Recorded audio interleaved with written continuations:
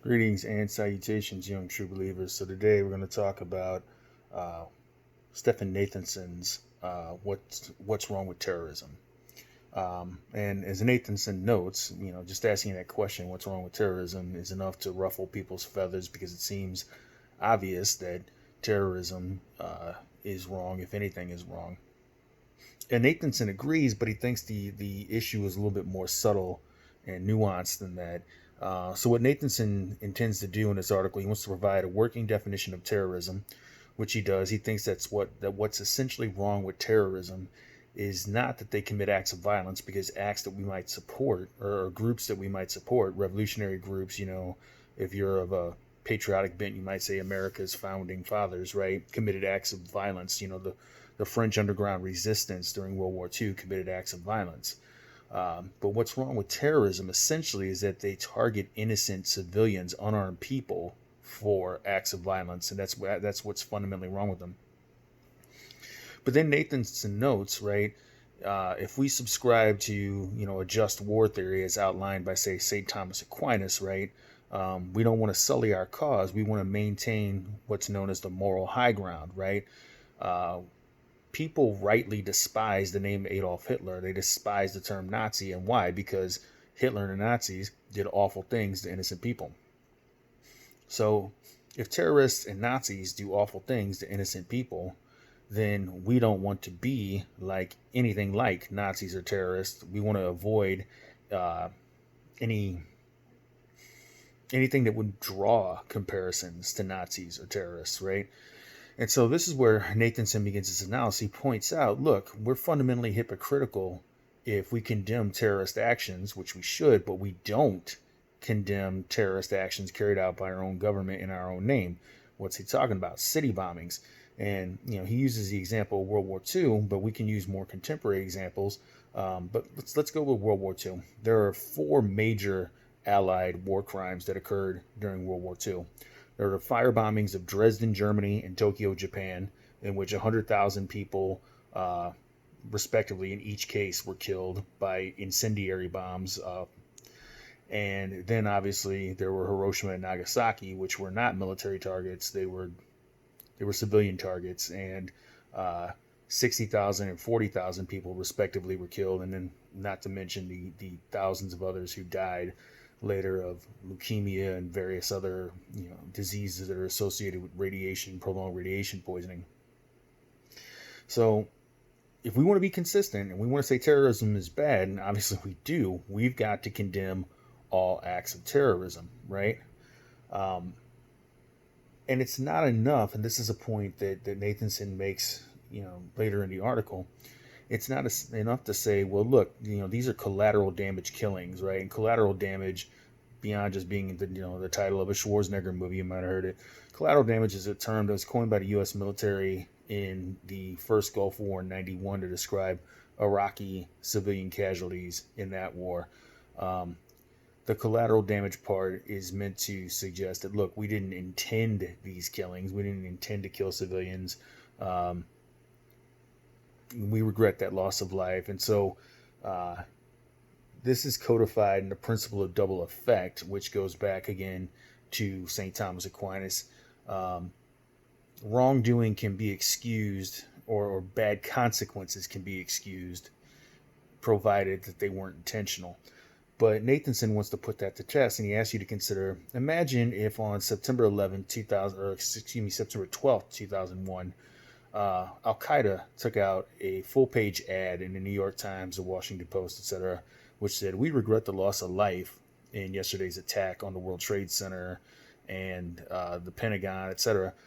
It wasn't our intention to kill civilians. We just wanted to destroy the buildings." Well, as Nathanson points out, this attempt at an apology would not fly with anybody, right? The argument being, look, you should have anticipated that there would be innocent civilians uh, in those buildings. So, to say that you didn't intend those casualties, right, that doesn't fly. Now, let's talk about very briefly the nature of modern industrialized warfare. Human beings are no longer fighting wars with bows and arrows and spears and swords. Modern weaponry uh, modern artillery, modern bombs, modern nothing because bombs are a very modern thing. Uh, these are not weapons that have a limited, you know, it's not like the personal nature of war in the ancient and medieval period where it was, you know, one person fighting another person and it came down to skill. It's, you drop a bomb, you kill a bunch of people indiscriminately. You don't even see the people that you kill, right? A soldier operating a machine gun in World War One killed someone from 1,000 yards off. Never even saw the person they killed. The person that got killed didn't see them, right? That's the nature of modern war. You kill a lot of people very quickly, very and anonymously. So there's no such thing, in other words, as an antiseptic war, a war in which, you know, given the yield, the power of the weapons that we're using, you're not going to kill innocent people. You're going to kill innocent people because since the Industrial Revolution, human beings have lived in densely populated urban areas. So those areas are targeted in times of war. You're going to kill people. All right, but we don't want to be like Nazis. We don't want to be like terrorists. So what do? How do we minimize this? So Nathanson comes up with he develops what he calls the bend over backwards doctrine of just war. So the bend over backwards doctrine has a couple points. One, you deliberately avoid targets where you know civilian casualties are going to be likely, even if it puts you at a strategic disadvantage. You do not use indiscriminate weapons like landmines, which are equal opportunity killers. Landmines are now banned by international treaty because, you know, these things linger for decades after the war is over. You know, poor little kids in Afghanistan still stepping on landmines to this day. Cluster bombs, which have a tendency to look like children's toys. Kids pick them up and right. So no landmines, no cluster bombs, and avoid indiscriminate tactics. So in the Vietnam War, for example, there was a bombing campaign over North Vietnam known as Operation Rolling Thunder, and there was nothing subtle about this. They just sent in wave after wave of B-52 bombers, and they dropped, and this is not well known, but the U.S. dropped more tonnage of bombs on North Vietnam than were dropped by all warring parties in World War II combined. And so keep that in mind. I mean, that's a horrific atrocity, right? So no indiscriminate weapons, no indiscriminate tactics. And except when choices have to be made between damaging the enemy and sparing civilian lives or avoiding civilian casualties, priority must be given to avoiding civilian casualties, right? That's the bend over backwards doctrine of just war. And all of this is against the doctrine. And, you know, Nathanson has this in the back of his mind. It's a doctrine we need to talk about because it's very prevalent.